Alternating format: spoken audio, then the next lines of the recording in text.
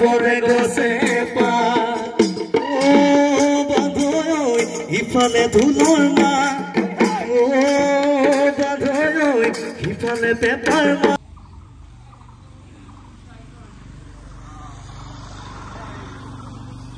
কুশলে আইতা গৃহস্থই কুশলে জয় ৰাম আমাৰ ইয়াত সমবেত হৈ সকলোৱে আমাৰ যি হুঁচৰি টিম আছে হুঁচৰি টিমে বিহু আদৰিব আজি চিন্তা কৰিছে গতিকে আমি অনুষ্ঠানটো আগবঢ়াই দিলোঁ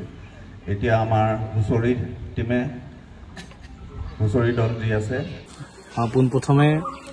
আমি 24 নং অসম আৰক্ষী বাহিনীৰ আমি জোৱানসকলে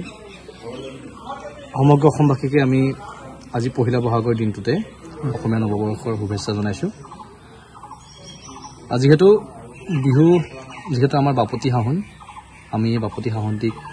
ধৰি ৰাখিব লাগিব সদায় আৰু আমি ঘৰৰ পৰা এতিয়া নিজৰ কৰ্তব্যৰ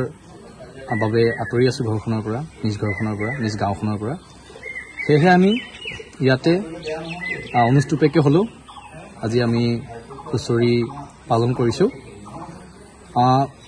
প্ৰথমে আমাৰ বিহুৱান উত্তোলন হ'ল বিহুৱান উত্তোলনৰ পৰা আৰম্ভ কৰি কোনে কৰিছে উত্তোলন বিহুৱান উত্তোলন কৰিছিল আমাৰ বাহিনীৰ অধিনায়ক মহোদয় অধিনায়ক সত্যজিৎ শইকীয়া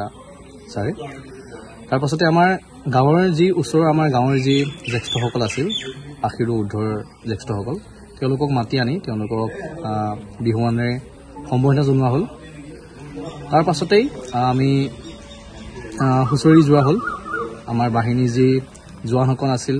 তাৰপিছতে আমাৰ যি মহিলা আৰক্ষী কনষ্টেবল আছে তেওঁলোকক লগত লৈ আৰু যি আমাৰ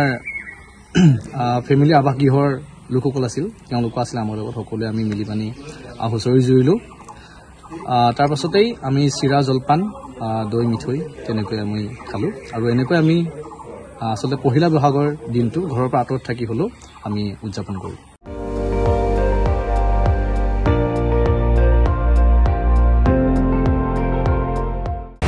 আপুনি চাই আছে ND24